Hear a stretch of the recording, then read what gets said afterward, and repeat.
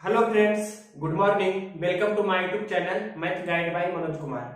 हम लोग आज आरआरबी एनटीपीसी का फेज 2 का जो एग्जाम चल रहा है, तो सेकेंड एग्जाम है फेज 2 का, मतलब 17 जनवरी को। 16 जनवरी से स्टार्ट हुआ है फेज 2, तो 17 जनवरी का शिफ्ट 1 एंड 2 दोनों शिफ्टों का एनालिसिस करेंगे इस वीडियो में।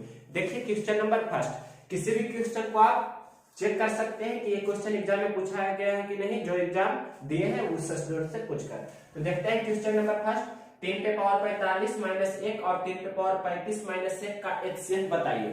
तो इसका सबसे पहले आपको रूल बता देते हैं। रूल क्या होता है, जो इसका नियम होता है कि a to the power m minus 1, और यहाँ पर हमने लिखा a to the power n minus 1। इसका अगर जो आपको एचसीएफ या एलसीएम कुछ भी पूछे, एचसीएफ है तो एचसीएफ भी बता रहे हैं, एचसीएफ किस प्रकार से इसका निकालता है जो आपको पता होना चाहिए। तो जो पावर यहाँ पर है, देखिए 3 है तो 3 है, मतलब आधार तो सेम है, आधार दोनों का देखिए 3 है। यहाँ पर आधार को हमने ए लिया है, पावर डिफरेंट है 45 35, तो पावर को m और n लिए हैं। तो आपको ये समझना है कि जो भी यहाँ पर पावर है इसका एचसीएफ हो जाएगा a to the power. HCF किसका किसका लेना है, पावर का, मतलब m और n का एचसीएफ लेना है और एक आपको घटा देना है, यही आपका आंसर होगा। जैसे क्वेश्चन दिया है, इसका आपको आप सॉल्यूशन दे रहे हैं, क्वेश्चन में कुछ नहीं रखा है, सिर्फ आपको क्या करना है, 45 और 35 का एचसीएफ कितना होगा, 5 होगा, तो 3 पे पावर कितना होगा, 5 और माइनस 1, यही आपका आंसर हो जाएगा। तो 3 पे पावर 5 आप जानते हैं, 3 पे पावर 4 81 होता है, 81 गुना 3 कितना होगा, 243, तो 243 में से 1 घटा देंगे तो 242 आपका हो जाएगा ये एचसीएफ, यही आपका आंसर हो जाएगा। एलसीएम भी आप तुरंत निकाल सकते थे, इसमें कोई डाउट नहीं है। नेक्स्ट क्वेश्चन देखिए, क्वेश्चन नंबर सेकेंड, ये भी इजी है। r sin थीटा बराबर 7/2, r cos थीटा बराबर 7√3/2। तो इसमें आपसे r पूछ रहा था, आप इसमें थीटा भी निकाल सकते हैं, थीटा भी पूछ सकता है। तो देखिए कैसे निकालते हैं। इसे अगर जो इक्वेशन 1 हमने माना, इसे इक्वेशन 2 माना, और इक्वेशन 1 को हम अगर जो 2 से डिवाइड कर देते हैं तो क्या हो जाएगा, r से r कैंसिल हो जाएगा इस प्रकार से। तो sin थीटा बटे cos थीटा, तो sin थीटा बटे cos थीटा को लिख सकते हैं tan थीटा, और इधर देखिए RHS में 7 से 7 इस प्रकार से कैंसिल हो जाएगा, और 2 से 2 भी नीचे कैंसिल हो जाएगा, तो 1/√3 बचेगा। तो tan में किसका मान 1/√3 होता है, तो 30 डिग्री का होता है ना, यानी कि आपको tan थीटा बराबर tan 30, तो यहाँ से दिख रहा है कि थीटा बराबर कितना हो गया, 30 डिग्री। अब एक चीज और यहाँ पर से, थीटा का मान अगर जो आपको थीटा पूछ रहा है तो यही आपका आंसर हो गया, लेकिन r पूछ रहा है तो क्या करेंगे, थीटा का मान इक्वेशन 1 या 2 किसी में भी रख सकते हैं, जैसे हम इक्वेशन 1 में रख रहे हैं इसमें, तो कितना हो जाएगा r sin, यहाँ पर थीटा की जगह 30 डिग्री रखेंगे तो sin 30 डिग्री बराबर कितना होगा, 7/2। अब sin किसका मान 1/2 होता है, तो यहाँ पर 1/2 उसका मान रख दिया, 2 से 2 कैंसिल हो जाएगा, तो r का मान कितना हो गया, 7। तो आप यहाँ से r भी निकाल सकते हैं और थीटा भी निकाल सकते हैं। इस प्रकार के प्रश्न हमेशा पूछे जा रहे हैं। क्वेश्चन नंबर देखिए third, cos 4 theta minus sin 4 theta बराबर 2/3, तो 1 माइनस 2 sin स्क्वायर थीटा का मान बताना है। तो इसका मान सेम यही हो जाता है। कैसे होता है, जो आपका लॉजिक बता देते हैं, इसका भी बहुत सारा रूल है, 4 फार्मूला है, चारों आपको बताते हैं। सबसे पहले बेसिक तो ये आपको ध्यान रहना चाहिए कि a square minus b square क्या होता है, ये होता है a plus b into a minus b। इसका यूज करके हम बना रहे हैं। जैसे देखिए, इसे हम अगर जो लिखना चाहें तो ऐसे लिख सकते हैं, cos स्क्वायर थीटा का स्क्वायर और माइनस sin स्क्वायर थीटा का स्क्वायर। अब a square minus b square के फॉर्म में हो गया, तो इसे हम इस प्रकार भी लिख सकते हैं, cos square theta plus sin square theta और into cos square theta minus sin square theta. अब ये आप जानते हैं 10th क्लास में कि cos square theta plus sin square theta 1 होता है, यानी कि 1 गुना ब्रैकेट में हो जाएगा इधर cos square theta minus sin square theta. अब आप यहाँ से 1 में इतना से गुना करेंगे तो इतना ही हो जाएगा ना, cos square theta minus sin square theta, यानी कि ये अब इसका भी 4 वैल्यू होता है। सबसे पहले ये किसके बराबर होता है, ये होता है cos 2 थीटा के बराबर, और भी cos 2 थीटा का मान क्या क्या होता है जो लिख देते हैं, मतलब यहाँ पर लिख रहे हैं cos 2 थीटा के बराबर। सबसे पहले तो ये हो गया cos square theta minus sin square theta. दूसरा क्या हो जाता है, cos 2 थीटा बराबर, दूसरा फॉर्मूला होता है 2 cos स्क्वायर थीटा माइनस 1। अगर जो sin स्क्वायर थीटा को 1 माइनस cos स्क्वायर थीटा लिखेंगे तो क्या हो जाएगा, 2 cos स्क्वायर थीटा माइनस 1। फिर cos 2 थीटा को, अब की बार हम अगर जो cos स्क्वायर थीटा को चेंज करेंगे तो क्या हो जाएगा, 1 माइनस sin स्क्वायर थीटा, तो 1 minus sin square theta minus sin square theta, तो माइनस 2 sin स्क्वायर थीटा, यानी कि 1 माइनस 2 sin स्क्वायर थीटा। और तीसरा क्या होगा, cos 2 थीटा बराबर, ये चौथा होता है 1 माइनस tan स्क्वायर थीटा बटे 1 प्लस tan स्क्वायर थीटा। मतलब cos 2 थीटा के बराबर ये पहला फार्मूला, दूसरा फार्मूला, तीसरा फार्मूला और चौथा फार्मूला, ये चारों आपको ध्यान रखना चाहिए। और ये तो एक स्पेशल हो ही गया, मतलब जो प्रश्न में दिया है, मतलब एक 5वां नंबर में स्पेशल लिख देते हैं, जैसे cos 4 theta minus sin 4 theta के बराबर हम क्या लिख सकते हैं, ये वाला, मतलब डायरेक्ट cos 2 थीटा भी लिख सकते हैं, क्योंकि cos square theta minus sin square theta इसी का वैल्यू है। यानी कि इतना में से कोई भी एक पूछे तो सभी का आंसर क्या होगा, सभी का आंसर होगा जो दो इसके बराबर जो दिया है वही, मतलब इतना का आंसर पूछेगा तो सब का आंसर कितना होगा, 2/3। तो आपसे क्या पूछ रहा था, आपसे पूछ रहा था 1 minus 2 sin square theta, 1 minus 2 sin square theta, ये वाला वैल्यू पूछ रहा था, तो कितना हो जाएगा, 2/3। डायरेक्ट आप बना सकते हैं, इसमें कलम लगाने की जरूरत नहीं है, लेकिन आपको ये याद रहना चाहिए। देखिए क्वेश्चन नंबर 4, ये आप जानते हैं sin a बराबर cos b, इसका क्या रूल होता है, यहाँ पर आपको बता रहे हैं, जैसे sin a बराबर cos b, जब भी इस प्रकार का फॉर्मूला रहे तो a प्लस b जोड़कर कितना होता है, 90 डिग्री, ये आपको रूल आना चाहिए। उसी प्रकार से इसका उल्टा रहेगा, cosec a बराबर sec b, तब भी a प्लस b 90 होता है, या tan a बराबर cot b रहेगा, तब भी a प्लस b जोड़कर 90 डिग्री होता है। क्यों होता है, क्योंकि आप जानते हैं, जैसे हम लिखते हैं sin 30, तो sin 30 का मान 1/2 होता है, तो cos में किसका मान 1/2 होगा, तो cos 60 डिग्री का, तो दोनों का मान 1/2 होता है।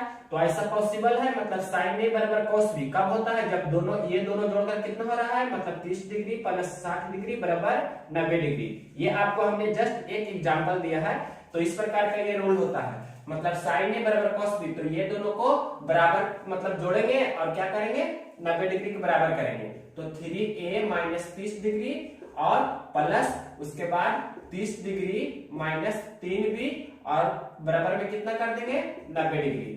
तो यहाँ पर से आप देख सकते हैं minus 30 degree plus 30 degree cancel हो जाएगा, तो 3a माइनस 3b, यहाँ से 3 कॉमन ले लेंगे, तो a माइनस b बराबर हो जाएगा 90 डिग्री और a माइनस b बराबर हो जाएगा कितना, 30 डिग्री। तो आपका आंसर कितना हो जाएगा, 30 डिग्री। अगर जो प्रश्न में पूछता कि tan a माइनस b कितना होगा, तो tan a माइनस b अगर जो प्रश्न में पूछता तो कितना हो जाता, tan यहाँ पर हो जाता 30 डिग्री, और tan 30 का मान जानते हैं 1/√3 हो जाता। अगर तो पूछता sin a माइनस b, तो sin 30 1/2 हो जाता। जो भी पूछता आप बता सकते थे।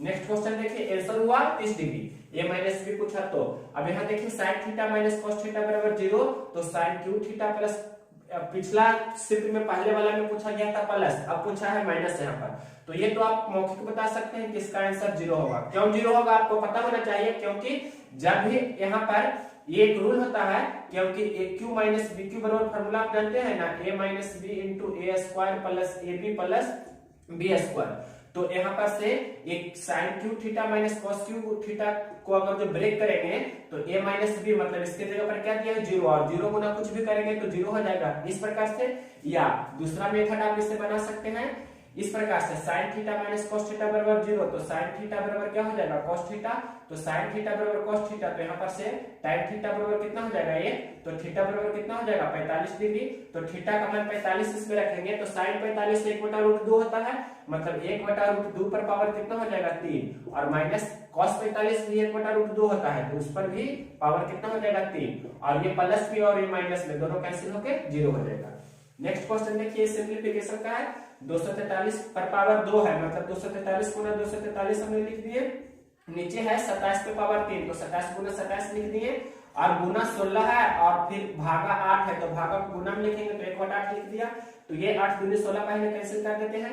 अब देखिए 27 में कितना होता है 243, फिर 27 हुआ 243, और ये 9 तिया 27, ये 3 तिया 9, मतलब 3 गुना 2, तो कितना आंसर हो गया 6। इस प्रकार से आप इसे तुरंत बना सकते थे। देखिए क्वेश्चन नंबर पहले 7 बता देते हैं, उसके बाद आगे क्वेश्चन नंबर 7 पे कैसे बनाएंगे, 3 से 3 पहले कैंसिल कर सकते हैं। अब उसके बाद देखिए 9 है किसका, 3 का स्क्वायर है, तो हम लिख देते हैं 3 का स्क्वायर, इस पर पावर कितना है 2m, और बटा नीचे में क्या है 243 को लिख सकते हैं 3 पे पावर 5, और यहाँ देखिए ये 9 है, 3 पे पावर 9 है, इसे हमने ऐसे ही रहने दिया, बटा 1 लिख दिए। अब क्रॉस मल्टीप्लिकेशन कर देते हैं, 1 गुना इतना, तो कितना हो जाएगा 3 पे पावर, ये पावर पावर गुना होता है, तो 2 दूनी कितना हो जाएगा 4n, 3 पे पावर 4n बराबर, इधर देखिए ये गुना ये करेंगे तो कितना हो जाएगा 3 पे पावर 5 और गुना 3 पे पावर 9, मतलब डायरेक्ट लिख सकते हैं 3 पे पावर कितना 14। अब देखिए यहाँ पर आपको दिख रहा होगा 3 पे पावर 4m बराबर कितना 3 पे पावर 14, तो a पर पावर m बराबर a पर पावर n रहता है, तो पावर बराबर होता है आधार सेम रहने पर।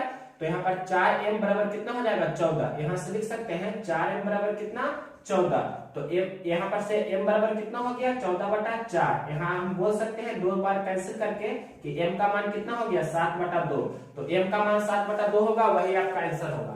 नेक्स्ट क्वेश्चन देखिए, ये भी सिंप्लीफिकेशन का है। तो जब भी आधार समान रहता है तो पावर जुड़ता है, यानी कि क्या हो जाएगा 625 पर पावर हो जाएगा 0.17 प्लस 0.08। अब इसे जोड़ेंगे तो कितना हो जाएगा 625 पर पावर हो जाएगा 0.17 और 0. यहाँ पर 08 है, दोनों को जोड़ेंगे तो कितना हो जाएगा 0.25 और 0.25 का मान होता है 25/100 मतलब 1/4। तो 625 को हम लिख सकते हैं इस पर पावर कितना 1/4, और ये 625 है जिसे हम लिख सकते हैं 5 पे पावर 4, मतलब 5 पे पावर 4 पहले लिखा 625 को, और इस पर पावर 1/4 है। अब पावर पावर दोनों गुना हो जाएगा, मतलब 5 पे पावर 4 गुना 1/4, तो ये 4 से 4 कैंसिल हो जाएगा ना, तो 5 पे पावर कितना हो गया 1, 5 पे पावर 1 मतलब 5 ही आपका इस प्रश्न का आंसर होगा। ये नेक्स्ट क्वेश्चन देखिए, tan थीटा बराबर 8/15 है, तो आप जानते हैं ये हो गया आपका लंब और ये हो गया आधार, तो कर्ण कितना हो जाएगा 8/15 तो 17 होता है, जानते होंगे। तो sin थीटा लंब बटे कर्ण मतलब 8/17 और cos थीटा क्या होता है आधार बटे कर्ण मतलब 15/17, तो 15 और 8 कितना होता है 23, तो 23/17 ही आपका आंसर होगा। नेक्स्ट क्वेश्चन देखिए, मूलधन दिया है 15,000 रुपया, 2 वर्ष का समय दिया है और आपसे प्रश्न में यही तो पूछ रहा है, रेट पूछ रहा है, रेट कितना होगा जो पूछ रहा है। तो CI और SI भी प्रश्न में दिया है 24 है, या किसी क्वेश्चन में लिखा गया है कि यहाँ पर 124 के जगह पर कितना है 150 है, तो हम इसे लेकर बना रहे हैं, फिर इसे भी लेकर बना देते हैं। तो देखिए आपको पता होना चाहिए 2 वर्ष के लिए CI और SI के लिए फॉर्मूला होता है CI माइनस SI बराबर मूलधन इंटू R/100 का होल स्क्वायर, ये होता है। तो CI और SI हम अगर जो 24 लेते हैं यहाँ पर, या 24 नहीं मान लीजिए 150 ही ले रहे हैं, 150 लेकर बना रहे हैं, 24 रहने देते हैं, 150 लेकर बना रहे हैं, तो कितना हो जाएगा यहाँ पर 150 रखेंगे, तो मूलधन को इस प्रश्न में दिया है जितना कितना 15 पर 3 0 15,000 है, और R को ऐसे ही रहने दिए बटा 100, मतलब R/100 को 2 बार हम इस प्रकार से लिख दिए। अब यहाँ पर से देखिए 1 0 2 0 3 0 का हमने सबसे पहले कैंसिल कर दिया, और 15 है 150, तो यहाँ पर से 10 गुना 10 कितना हो जाएगा 100, 100 बराबर R गुना R स्क्वायर। तो यहाँ पर से आपको दिख रहा होगा कि R का मान कितना चला आएगा √100, यानी कि R का मान हो गया आपका 10, तो रेट हो गया कितना 10%। कब? जब हमने CI और SI का डिफरेंस ले लिया 150 रुपया तब। अब अगर जो क्वेश्चन में यहाँ पर 150 की जगह पर 24 रहेगा तब भी आप यहाँ पर 24 रख के सोल्व कर सकते हैं, तो ये आपका आंसर हो गया। क्वेश्चन नंबर ये था 10 के बाद देखिए next question question number 11। Question number देखिए 11, ये सिंपल सिंप्लीफिकेशन का क्वेश्चन है। सबसे पहले भाग की क्रिया करते हैं, तो 11 में 11 से भाग देंगे तो कितना होगा 1। अब 1 गुना 11 करेंगे तो 1 गुना 11 हमने किया तो कितना हो गया 11। अब 11 माइनस 11 करेंगे तो कितना हो जाएगा 0। अब 11 में 0 जोड़ेंगे मतलब 11 प्लस 0, तो आपका आंसर क्या हो जाएगा 11, मतलब इस प्रश्न का आंसर 11 होगा। क्वेश्चन नंबर में हमने 11 ही लिखा है। अब देखिए क्वेश्चन नंबर 12, ये आपका मिश्र अनुपात का क्वेश्चन बोल सकते हैं। तो ए बी दिया है 2 5, बी सी दिया है 3 5, तो ए और सी पूछ रहा है, मतलब प्रारंभिक वाला और अंतिम वाला पूछेगा। तो क्या करेंगे इस स्थिति में, तो इस स्थिति में ए पूछ रहा है तो ए मतलब प्रथम पदों का गुणनफल 2 गुना 3, और लास्ट वाला सी पूछ रहा है तो क्या करेंगे 5 गुना 5, इस प्रकार से। तो 5 गुना 5 हमने किया, तो यहाँ पर से कितना हो जाएगा 2 3 6:25, यही आपका A/C हो जाएगा। नेक्स्ट देखिए क्वेश्चन नंबर आपका 13 नंबर क्वेश्चन बहुत ही इजी है। इसे कैसे बनाना है जो देखिए, सबसे पहले इसका शॉर्टकट अप्रोच बताते हैं। ए निकालना है, एक ए कुछ नहीं तो एक ए लिखा है, अगर जो ए निकालना है तो ए को हम इस प्रकार से डिलीट करेंगे तो बचा बी और सी, मतलब 3 और 4 इसके मतलब नीचे लिखेंगे। अब अगर जो बी का रेशियो लिखना है तो बी को इस प्रकार से डिलीट करेंगे, 1 और 4 यहाँ पर लिखेंगे।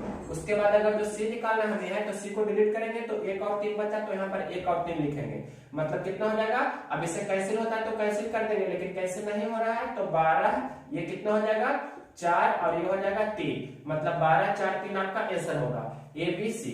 नेक्स्ट इसका दूसरा अप्रोच ये है कि जब भी आपका 2 या 2 से अधिक राशि बराबर के रूप में रहे तो क्या करते हैं, अनुपात निकालने के लिए उनके गुणांक को उलट देते हैं, यानी कि 1 का उल्टा 1/1 होगा, 3 का उल्टा 1/3 होगा और 4 का उल्टा 1/4 होगा। अब 1 3 4 का एलसीएम 12 होता है, तो सभी में 12 से आप गुना करेंगे, तो 12 से गुना करेंगे तो क्या हो जाएगा, ये तो 12 ही होगा और ये 3 चौक 12 होगा और ये 4 3 12 होगा, तो 12 4 3 आपका आंसर होगा। क्वेश्चन नंबर देखिए 14, ये सिंपल एडिशन का क्वेश्चन है। इसमें आपको सिर्फ जैसे लिखा है वैसे ही लिखना है। 0.23, फिर लिखा है 0.0083, उसके बाद लिखा है 0.00 और 247। अब इसे आपको सिंपली ऐड करना है, जैसे ऐड करते हैं तो ये 7 हो जाएगा, 4 3 7 हो जाएगा, 8 2 10 हो जाएगा और 3 और 1 ये तो 4 हो जाएगा और ये 2 और ये 0, मतलब 0.24077। डेसिमल के बाद एक एक डिजिट करके बोला जाता है, यही आपका आंसर होगा। ये जो दिया गया है 45 का वर्गमूल और 125 का वर्गमूल का योगफल 17.8, तो 180 का वर्गमूल और 80 का वर्गमूल का योगफल कितना होगा, तो 180 को लिख सकते हैं 36 85 से, मतलब इसे हमने अगर जो लिखा 36 गुना 5 और प्लस इसे लिखते हैं 16 गुना 5, 16 85। अब देखिए 36 का वर्गमूल 6 होता है, तो इसे हम लिख सकते हैं 6√5 और 16 का वर्गमूल 4 होता है, तो 4√5। अब दोनों में √5 कॉमन है, तो √5 को हमने कॉमन ले लिया, तो 6 + 4 हो जाएगा ब्रैकेट में, तो √5 का मान भी हम जानते हैं 2.236, तो 2.236 और ये गुना 6 और 4 कितना हो जाएगा 10, तो 10 से गुना करने का मतलब क्या हो गया कि 0.1 अंक आगे की ओर जाएगा, मतलब 22.36 आपका इस प्रश्न का आंसर होगा। नेक्स्ट क्वेश्चन देखिए, ये भी आपको बता देते हैं क्वेश्चन नंबर 16 भी। 16 नंबर क्वेश्चन इजी है। इसमें क्या करना है, जो देखिए जब भी आपके प्रश्न में जितना 9 और उतना ही डिजिट रहे, मतलब यहाँ 4 9 है, यहाँ 4 डिजिट है, तो क्या करेंगे, जो भी यहाँ पर रहता है उसमें एक कम करते हैं, मतलब 98 57 है तो क्या लिखेंगे, इसके बराबर हम बना रहे हैं 98, इसमें एक कम करना है, मतलब 98 56 हो जाएगा। अब बारी बारी से हमें 9 बनाना है, मतलब 9 में कितना जोड़े कि 9 हो जाए, मतलब 9 में 0 जोड़ना होगा, मतलब 9 का पेयर बनाना है। उसके बाद 8 में कितना जोड़े कि 9 हो जाए, तो 8 1 9 होता है। फिर 5 में कितना हम जोड़ेंगे कि 9 हो जाए, तो 5 में 4 जोड़ेंगे तो 9 हो जाएगा। फिर 6 में कितना हम जोड़े कि 9 हो जाए, तो 3, मतलब 9 0 9 8 1 9 5 4 9 6 3 9। इस प्रकार से आपको ये ही आपका पूरा इस प्रश्न का गुणनफल होगा। नेक्स्ट क्वेश्चन देखिए। अब देखिए जो भी क्वेश्चन पूछा गया है ज्योमेट्री से सभी क्वेश्चन को एक बार करा रहे हैं। सबसे पहला क्वेश्चन शिफ्ट 1 और 2 दोनों वाला एनालिसिस करा रहे हैं। शिफ्ट 1 और 2 में जो क्वेश्चन पूछा गया है सभी को एक ही बार में। तो देखिए क्वेश्चन नंबर 17 का है। आप जानते हैं इस प्रकार के प्रश्न को बनाना कि किसी भी त्रिभुज में बाह्य कोण जो होता है सुदूर अंतः कोणों के योगफल के बराबर होता है। मतलब यहाँ पर x, यहाँ पर y, यहाँ पर z है, तो x + y = z होता है। मतलब 70 में कितना जोड़े कि 110 के बराबर हो जाए। तो आप जानते हैं यहाँ पर इसका मान कितना होना चाहिए, 40 डिग्री। डायरेक्ट बना सकते हैं या रूल से बनाइएगा तो 70 डिग्री प्लस यहाँ पर 70 में हम कितना जोड़े कि 110 डिग्री हो जाए, यानी कि 110 डिग्री में से 70 डिग्री घटा देंगे तो भाग के जगह पर कितना हो जाएगा 40 डिग्री। इस प्रकार से आप इस प्रश्न को बनाइएगा। नेक्स्ट क्वेश्चन देखिए क्वेश्चन नंबर 18। ये आपको इस प्रकार से डायमीटर है, मतलब वृत्त का व्यास है, सबसे बड़ा जीवा जिसे भी बोलते हैं। तो ये प्रश्न में दिया गया है PQR, मतलब ये वाला एंगल कितना दिया गया है 42 डिग्री दिए हैं। और प्रश्न में आपको PRQ, मतलब PRQ ये वाला साइड पूछ रहा है, मतलब ये एंगल कितना होगा। जो आप जानते हैं अर्धवृत्त पर बना कोण जो होता है समकोण होता है, मतलब ये वाला कोण कितना, ये तो फिक्स है कि 90 डिग्री होगा ही। तो आपको ये तो 90 डिग्री हो गया और किसी भी त्रिभुज में तीनों कोणों का योगफल 180 डिग्री होता है, तो ये तो 90 डिग्री फिक्स है, इसमें कोई भी डाउट नहीं। तो ये दोनों जोड़कर 90 डिग्री होना चाहिए, क्योंकि 90 90 180 होता है त्रिभुज के तीनों कोणों का योगफल।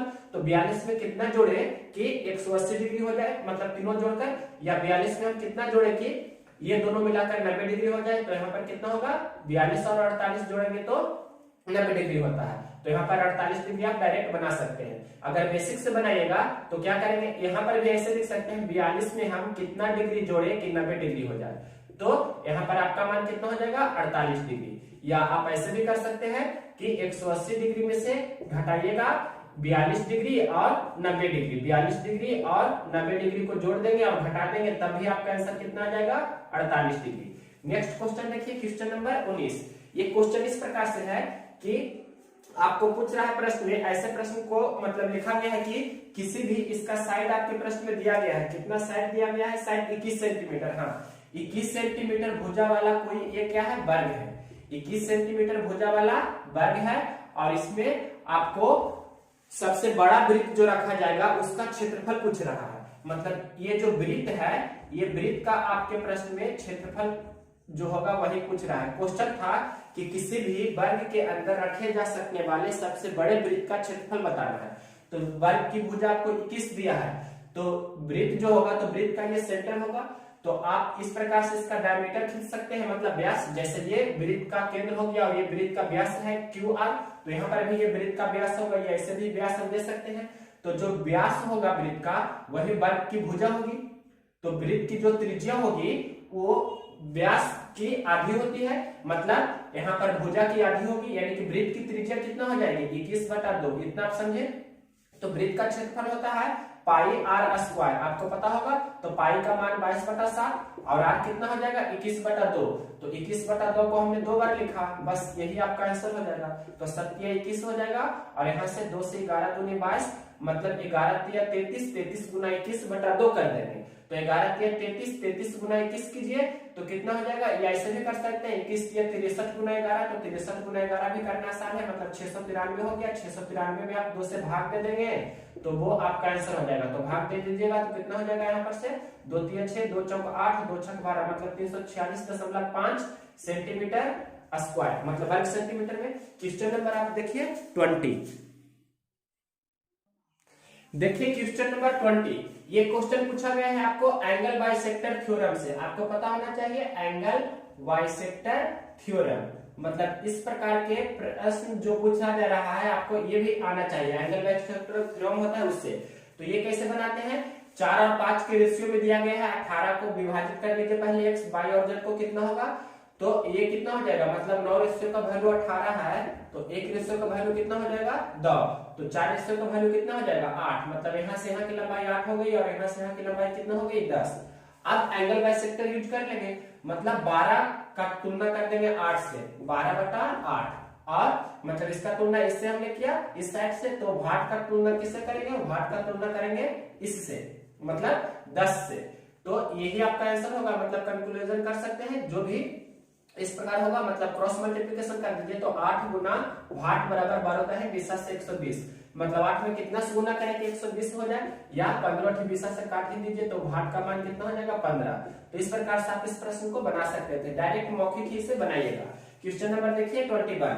99.75 गुना 0.55406 के गुणनफल में दशमलव के बाद कितने अंक होंगे, दशमलव के बाद कितने अंक होंगे जो पूछ रहा है प्रश्न में। तो कैसे बनाएगा इस प्रश्न को, तो सबसे पहले दशमलव के बाद 2 अंक है और यहाँ दशमलव के बाद कितना अंक है, 3 और 2 5 अंक है, मतलब ये दोनों मतलब पूरा गुना करके कितना हो जाएगा, जो भी गुना करके आएगा तो हम इधर से दशमलव बैठाएंगे तो 1 2 3 4 5 6 7 अंक बाद दशमलव बैठाना होगा, 7 अंक इधर हमें जाना होगा और दशमलव बैठाना होगा। लेकिन 6 गुना 5 करेंगे तो 0 भी तो होगा, जो भी गुना करेंगे तो अंत में 0 तो होगा। तो जो दशमलव का जैसे हम यहाँ पर लिख रहे हैं 0.340, अगर जो संयोग बस ये है तो इस ये हमें दशमलव के बाद कोई अंक रहता है 0 रहता है, तो इसे लिखते हैं 0.34, मतलब ये 0 नेग्लिजिबल होता है, इसका मान नहीं होता है। यानी कि दशमलव के बाद कोई अंक है उसके बाद 0 है तो वो 0 को मान हम लोग नहीं लेते हैं, मतलब 0.34 ही लेंगे।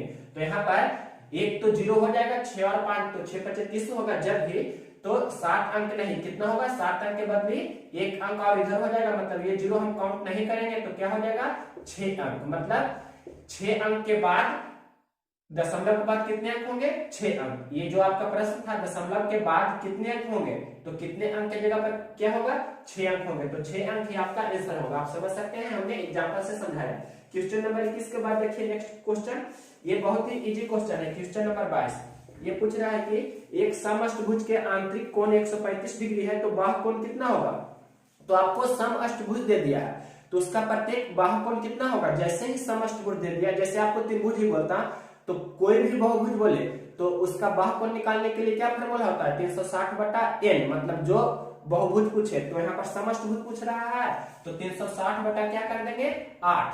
तो आंतरिक कोण जो दिया उससे हमें मतलब भी नहीं है, डायरेक्ट 360 बटा 8 करेंगे तो कितना हो जाएगा 45 × 360 यानी कि 45 डिग्री हो जाएगा आपका प्रत्येक बाहु कोण।